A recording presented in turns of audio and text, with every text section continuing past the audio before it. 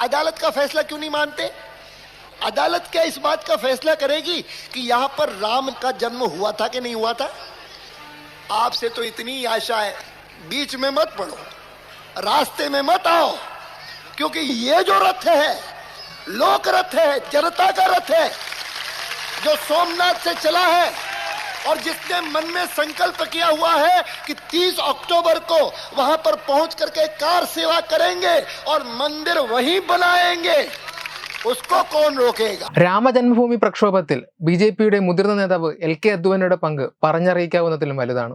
അദ്ദേഹം അന്ന് കൈമാറിയ ദീപം പ്രധാനമന്ത്രി നരേന്ദ്രമോദിയിലൂടെ വരുന്ന 22-ന് അയോധ്യയെ പ്രകാശപൂരിതമാക്കുമ്പോൾ രാമരഥയാത്രയുടെ ഭാഗമായി അദ്വാനി നടത്തിയ പ്രസിദ്ധമായ മന്ദിർ വാഹിൻ ബനേഗ പ്രസംഗം വീണ്ടും ചർച്ചയാകുകയാണ്.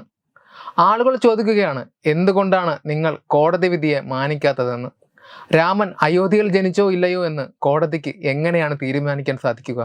1990-ൽ രഥയാത്രയ്ക്കിടെ അയോധ്യയിലേക്കുള്ള തന്റെ മാർച്ച് റദ്ദാക്കി തിരികെ പോകണമെന്നാവശ്യപ്പെട്ട ബീഹാർ മുഖ്യമന്ത്രി ലാലു പ്രസാദ് യാദവ് ഉൾപ്പെടെയുള്ളവർക്ക് മറുപടി നൽകുകയായിരുന്നു അദ്വാനി. അയോധ്യയിലേക്ക് യാത്ര ചെയ്യുന്ന രാമരഥത്തിന്റെ മുന്നേറ്റം തടയരുതെന്ന് നേതാക്കളോട് അദ്ദേഹം ആവശ്യപ്പെട്ടു. രഥത്തിന്റെ വഴിയെ നിങ്ങൾ വരരുത്, അതിനെ എതിർക്കുവാനോ തടയുവാനോ ശ്രമിക്കരുത്, കാരണം ഇത് ജനങ്ങളുടെ രഥമാണ്, ജനങ്ങളുടെ നിശ്ചയദാർഢ്യത്തിന്റെ രഥമാണ്. രാമജന്മഭൂമിയിൽ കർസേവ നടത്താനാണ് സോമനാഥിൽ നിന്ന് രഥം പുറപ്പെട്ടത്. ഞങ്ങൾ അവിടെ ക്ഷേത്രം പണിയുക തന്നെ ചെയ്യും. ആരുണ്ട് ഇതിനെ തടയുവാൻ? ഏത് സർക്കാരാണ് ഇതിനെ തടയാൻ പോകുന്നത്? അദ്ദേഹം ചോദിച്ചു. ഭൂമി തർക്ക കേസ് 2019 നവംബർ 9-ന് അവസാനിച്ചു. ഇന്ത്യയുടെ പരമോന്നത നീതിപീഠം രാമക്ഷേത്രം നിർമ്മിക്കുവാൻ അനുവദിക്കുകയും ചെയ്തു.